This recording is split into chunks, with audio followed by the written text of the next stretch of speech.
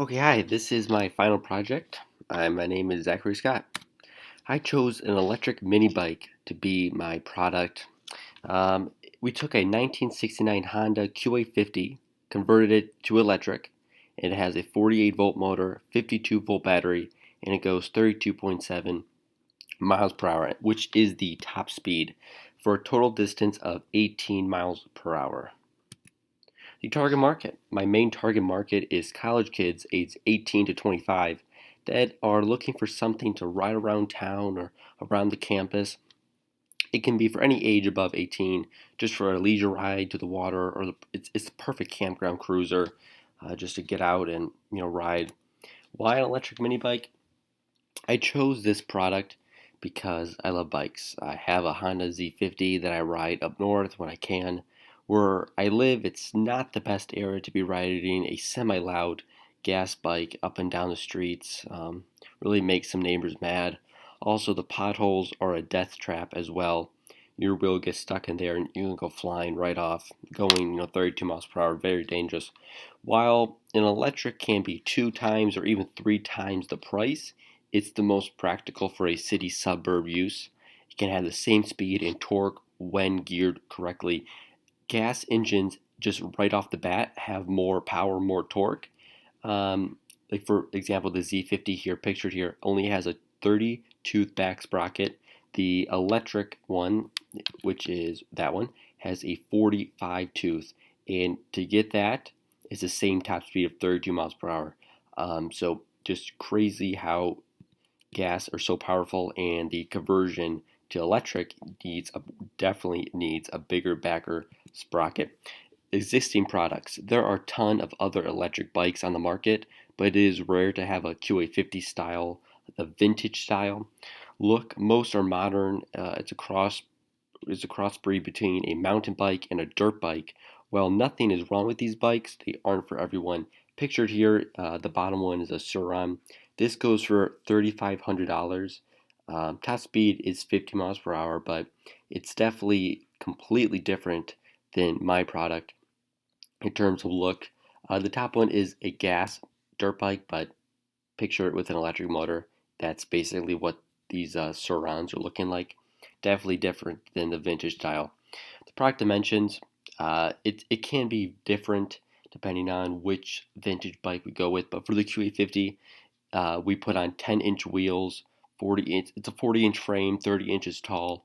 It's standard. We took the 1969 frame, slapped welded a plate onto it, a motor, battery, speed controller, all that, and the only thing that's not stock on the bike itself are the wheels. These are Z50 wheels. They're 10-inch. Uh, the stock QA50 wheels are 6-inch. Technology. Electric motors go back to the 1870s. Nothing new. What the problem was is there wasn't a way to power this for long distances. Lithium batteries are fairly new in terms of battery usage. They get better every year and cheaper too. The battery we have is a 52 volt, 20 amp hour battery. Uh, volts. Okay, so the battery is 52 20 amp hour battery. Now, the lithium, like I said, is newer. The next previous would be lead acid batteries, which are at least 5 times heavier. If you're talking about this 52 volt, 20 amp hour, and you can see how small the battery picture below is 18 inches by 6 inches across. That's how small and compact it is. Volts, just in terms of how the motor works, voltage gets applied to the motor. The more volts it gets, the faster the axle spins, the RPM gets up there. Here, the first motor was plugged in, straight to the generator, so it's electric in that terms, but there was no way of taking it on the road like there is today. 5 questions for the survey are pretty simple, pretty straightforward. Do you ride gas bikes? Do you enjoy cruising unassisted with no pedals? Do you like the vintage look? Do you like riding bicycles? And do you mind the gas engine noise?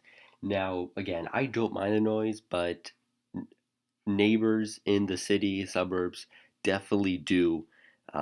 especially when it's a nice day outside. They don't want to hear a gas engine go back and forth, um, just in the city. Recycled material. In terms of being green, we are using lithium-ion batteries. If they explode, they produce more harm than normal gas would burning. So in that sense, it's definitely not as green. But the throttle and grips are made with recycled rubber, pictured here. Variable cost and assembly cost. Everything is billed as a variable cost since we are not making anything. All is being supplied and we are the assemblers. Motors and the batteries are subject to change almost daily with how limited the supply is in materials. Lithium ion batteries are consisted of hundreds of little tiny parts all put together, and if one thing gets messed up, even with the supply chain, costs and prices will go up. Assembly costs, it's a lot. Currently $1,500 to build that bike, but can go down tremendously with buying in bulk and making our own custom frames. The frame costed $300. The battery costed $5. The motor was another $3 to $350. Then the wheels were $500. The brakes, everything added up to just under $1,500. The prototype. As you can see here, we were still debating on if we should add the Z50 wheels. The whole building process was a prototype. First, I did not. I did this to get first time. This is a financial scale prototype.